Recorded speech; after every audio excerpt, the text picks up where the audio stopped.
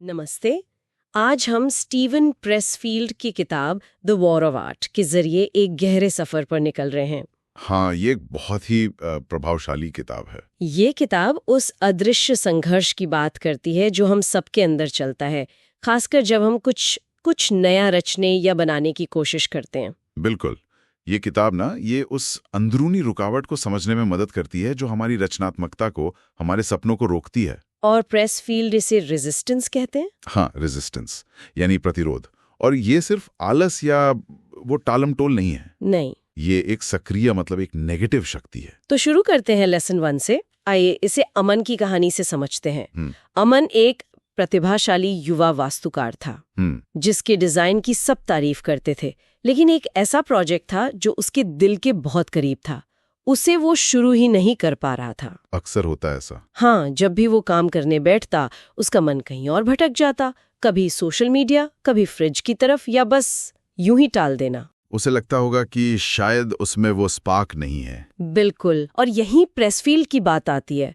वो कहते हैं कि ये प्रतिरोध, ये रेजिस्टेंस आपको भटकाने के लिए कोई भी बहाना बना सकता है। हाँ, झूठ बोल सकता है, फुसला सकता है। बिल्कुल। प्रेसफील्ड कहते हैं, Resistance will tell you anything to keep you from doing your work. Resistance is insidious.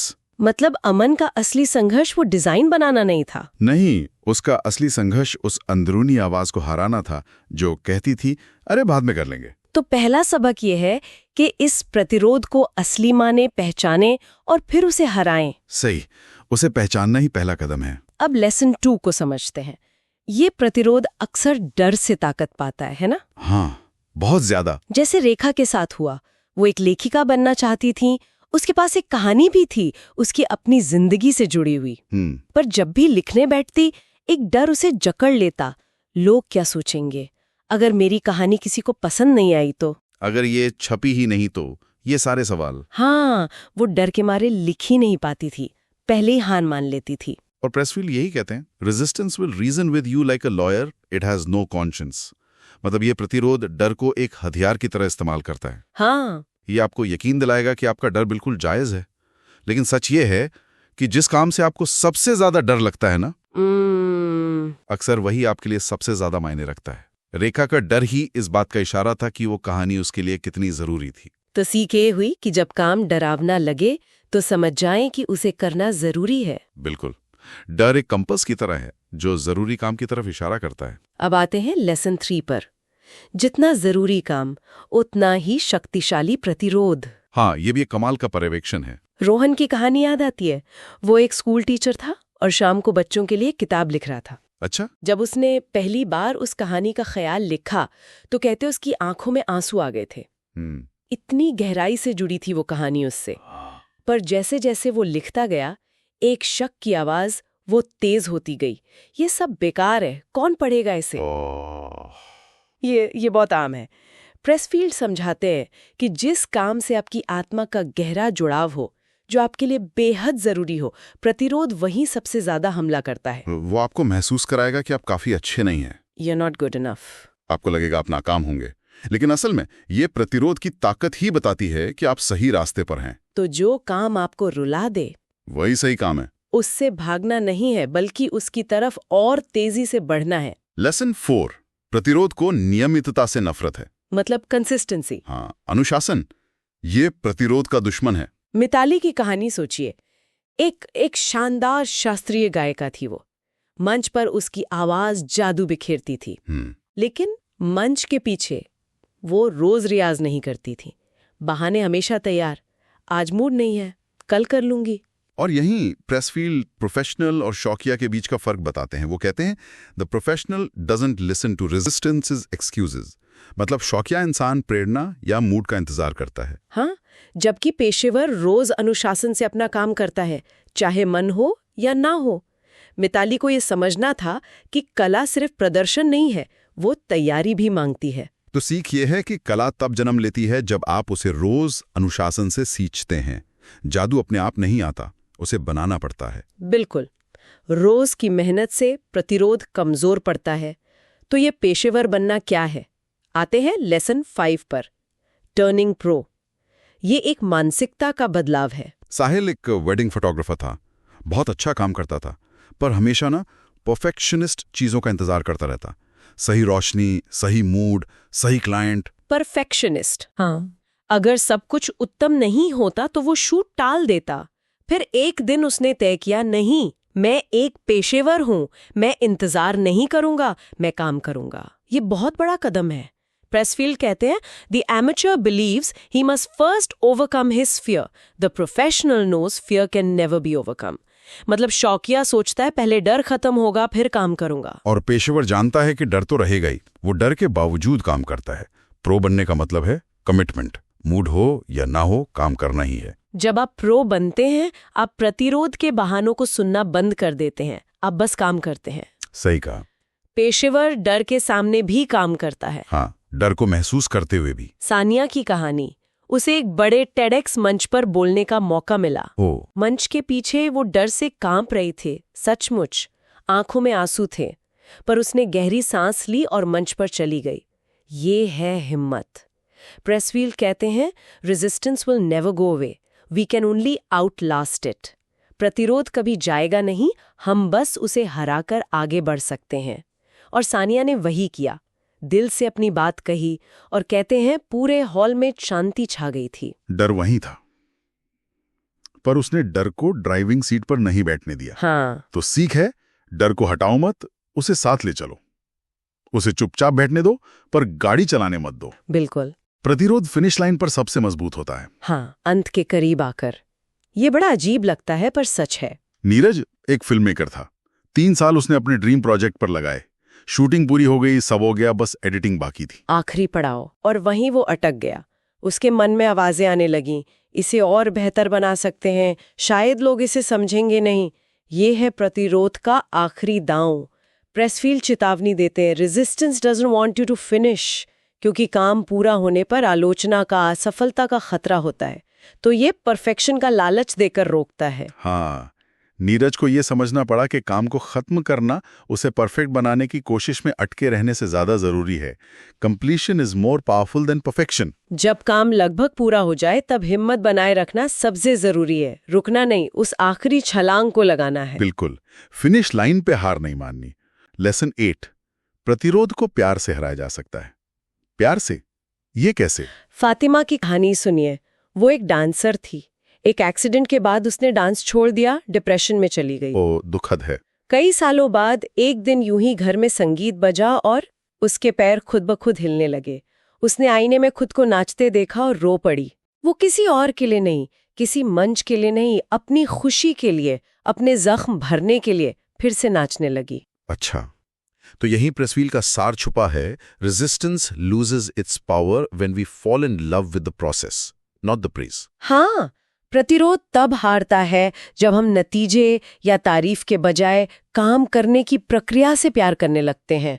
Fatima अब मंच के लिए नहीं, खुद के लिए नाच रही थी। जब आप सृजन के कर्म से ही इश्क कर लेते हैं तो उसका संघर्ष भी प्यारा लगने लगता है, और तभी प्रतिरोध झुकता है। वाह, बहुत गहरी बात है। जिंदगी में सबसे बड़ा संघर्ष शायद काम करने का नहीं होता, बल्कि काम शुरू करने का होता है ना? उस पहली रुकावट को पार करने का। बिल्कुल, द वॉर ऑफ आर्ट यही सिखाती है।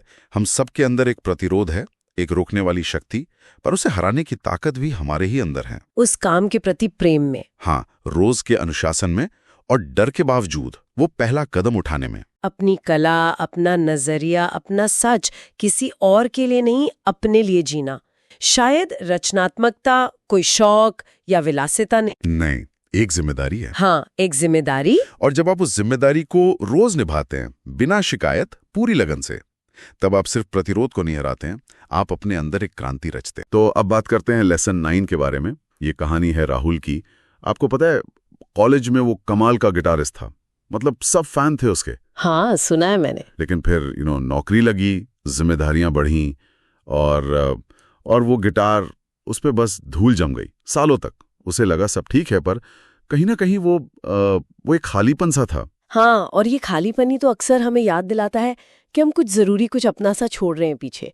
राहुल के लिए वो मोमेंट तब आया जब ऑफिस में एक कलीग ने बस ऐसे ही कैजुअली पूछ लिया, यार राहुल, तो अब गिटार क्यों नहीं बजाता? ओह, और वो सवाल चुप गया होगा। बिल्कुल, अंदर तक हिला दिया उसे। यही वो चीज़ है जिसे स्टीवन प्रेसफील्ड अपनी किताब द वॉर ऑफ आर्ट में रेजिस्टेंस कहते हैं।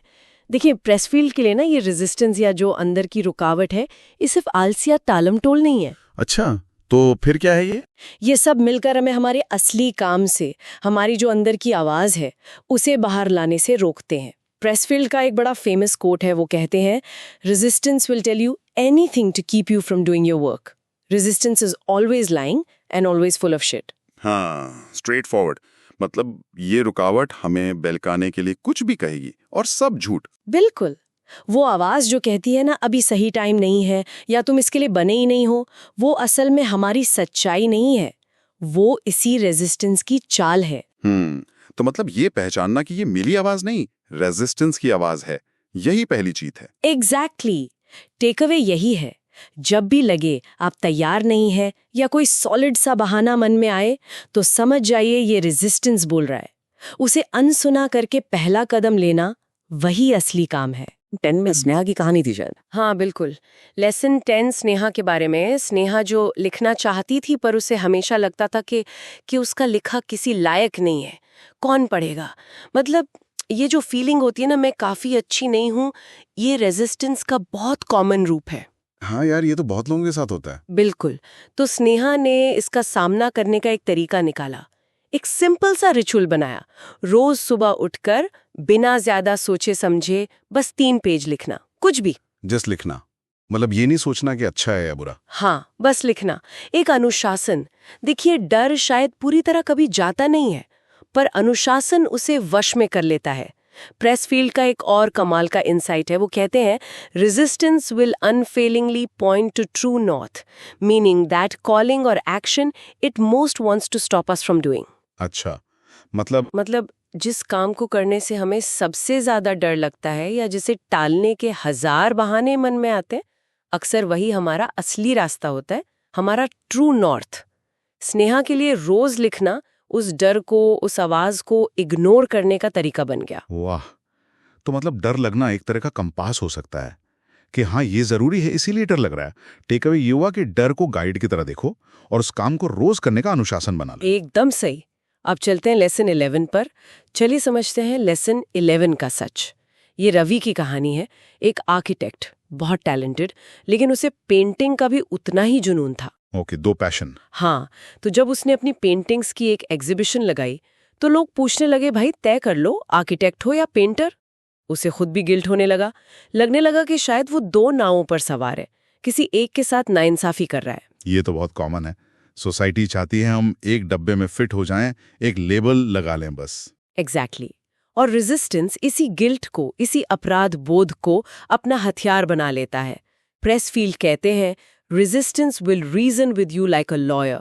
मतलब ये रुकावट एक वकील की तरह आपसे बहस करेगी, दलीलें देगी कि आप एक साथ 2 चीजें नहीं कर सकते, या आप किसी एक के प्रति सच्चे नहीं हैं। लेकिन रवि को एक सीनियर आर्टिस्ट ने समझाया। उन्होंने कहा, अगर तुम दोनों कामों में पूरी ईमानदारी से हो, अपना बेस्ट दे रहे हो, तो गिल्ट की कोई बात ही नहीं है। राइट। तो टेक अवे ये है कि हमारे अंदर मल्टीपल टैलेंट्स हो सकते हैं और हमें उन्हें एक्सप्लोर करने का हक है। रेजिस्टेंस को हमें गिल्टी फील करा के रोकने नहीं देना चाहिए। बिल्कुल। और जब टैलेंट की बात आती है, तो अक्सर बाहरी वैलिडेशन की चाह भी आड़े आती है। मतलब लोग क्या कहेंगे, तारीफ मिलेगी या नहीं। और यही लेसन 12 का सच सामने आता है। मीरा की कहानी याद है? हाँ, वो जिसे डांस करना था पर फैमिली चाहती थी सीए बने। वही समाज और परिवार का प्रेशर, ये भी एक बहुत बड़ा रेजिस्टेंस हो सकता है। मीरा ने सालों तक चुपके से, बिना किसी की प्रशंसा या सपोर्ट के, अपना रियाज जारी रखा। क्यों? क्योंकि उसे बस नाचना था, वो उसकी आत्मा की आवाज थी। प्रेसफील्ड कहते हैं, we must do our work for its own sake, not for fortune और अटेंशन। काम को काम के लिए करना है, ना कि शोहरत या तालियों के लिए। सालों बाद जब मीरा ने एक बड़े स्टेज पर परफॉर्म किया, तब जाकर उसके पिता की आंखें नम हुईं।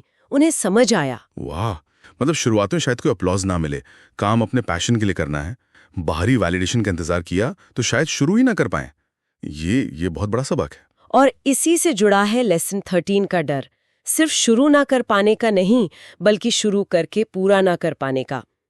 दीपक जैसे लोग होते हैं ना, जिनके पास हमेशा कमाल के आइडियाज होते हैं। हाँ बिल्कुल, हर रोज एक नया ब्रिलियंट आइडिया। पर वो आइडियाज कभी हकीकत नहीं बनते। क्यों?